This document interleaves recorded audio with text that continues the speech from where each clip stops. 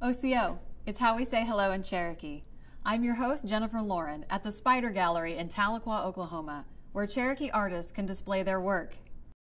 One celebrated artist is Cherokee National Treasure David Scott. As a teacher of the Cherokee language, David mixes his cultural knowledge with his own artistic vision to create one-of-a-kind gourd art.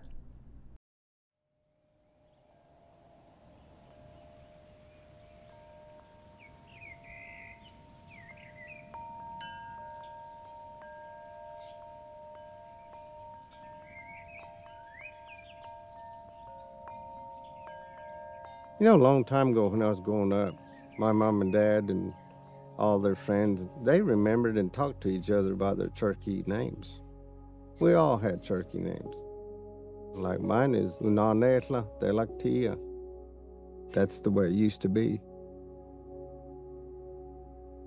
Osiyo, Unanetla Telaktia Tawaton. My name is David Scott. I'm a Cherokee National Treasure for language. And I also do gourd work, and I combine the Cherokee language with the gourd work. Right now, today, we're sitting in what they call Man-Killer Flats in the Rocky Mountain community. And we're actually, I'd say, 10 or 15 miles from either Stillwell, Oklahoma, or Tahlequah, Oklahoma. So we've been here, I don't know, about 20-some years, I guess now, my wife and I. It's peaceful. That's the thing I love out here is because it's peaceful. Cherokee was my first language. My dad only spoke Cherokee. Dad, he wrote, I don't know, probably in his lifetime, a couple of hundred syllabary charts so we could read Cherokee. I got started teaching a language at the Heritage Center. First time I kind of ever taught a class, it was pretty rough. There's no set way, where do you start? Cherokee is just difficult. One word can be a complete sentence. Now I'm teaching them the sounds, the syllabary sounds, the vowel sounds. I know that their expectation was high, that they're gonna walk out of there, they're gonna be speaking language. No, it doesn't work that way. It's gonna take years. This is what this is all about. All those sounds come from these basic sounds right here. A, E, O, U, That's your basic sounds. Everything else follows these sounds right here. Marble City is another Cherokee community.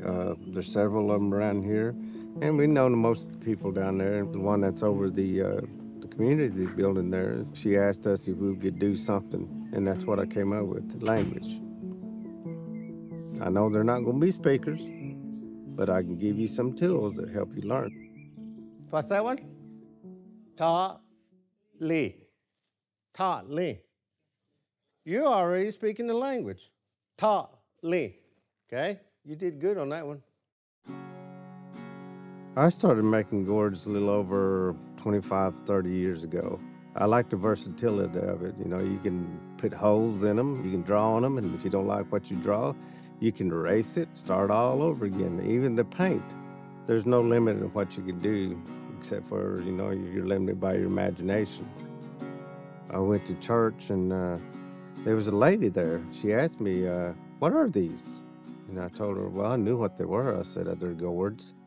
And she said, well, can you do anything with them? And then I took them home. I think she gave me about 5 or 6 of them. I didn't know nothing about them. So common sense told me she probably wanted a bowl, so I cut the top off of it.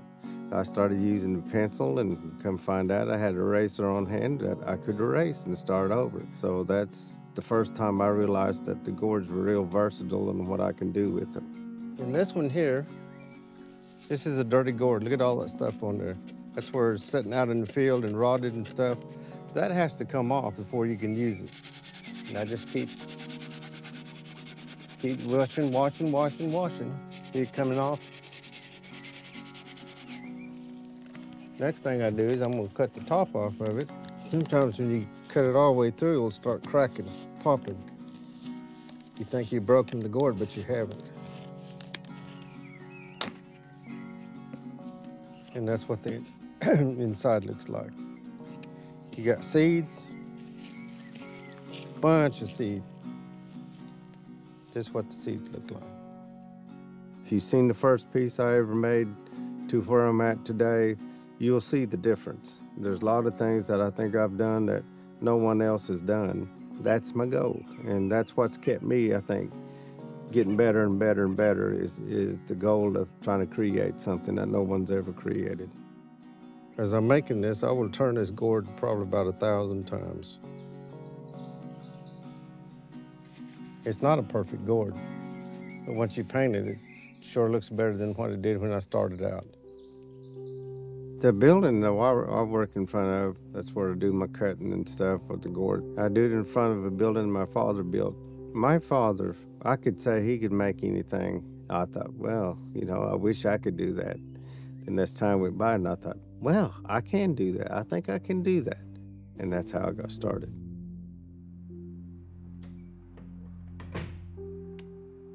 This is where all of our art supplies are. We got paints and we got beads. A lot of art supplies are in here.